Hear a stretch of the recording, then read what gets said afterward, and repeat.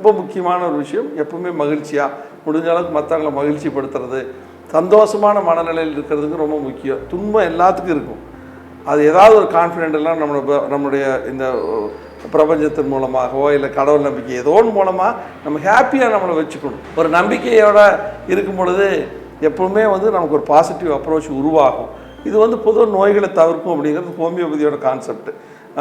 சோரா அப்படிங்கிற எல்லா நோய்களுக்கும் பேஸ் அதுதான் அப்படிங்கிறது. ஸோ மைண்டை கிளியராக வச்சுக்கலாம். அடுத்தது உணவு பொறுத்தளவுக்கு நம்ம முடிஞ்ச அளவுக்கு ப்ரிசர்வேட்டிவ் தவிர்த்துருங்க. ஏதோ மந்த்லி ஒன்ஸ் ஒரு வெளியே போகிறோம், ரெஸ்டாரண்ட் போகிறோம், நோ மைண்ட், இல்லை 15 days ஒன்ஸ் போகிறோம், ஓகே. அதுக்கு அடுத்த நாள் நம்ம அந்த வயிறை க்ளீன் பண்ணி கொஞ்சம் ஃபாஸ்டிங் நல்லா பண்ணி, இல்லைன்னா நிறைய ஜூஸஸ் குடிச்சு அந்த மாதிரி நம்ம வச்சுக்கணும். வீட்டில் முடிஞ்ச அளவுக்கு இயற்கை காய்கறிகளை விளைவிச்சு சாப்பிடுங்க. அது ரொம்ப ரொம்ப ஆரோக்கியமான விஷயம். அது சாப்பிட்டீங்கன்னாவே ரொம்ப நல்லா இருக்கும். நோய்கள் இருந்து தள்ளி இருக்கலாம். அறுவை சிகிச்சை இல்லாமல் உயர்தரமான சிகிச்சைகள் வழங்கப்படும். சரண்ஸ் ஹாஸ்பிட்டல்ஸ்.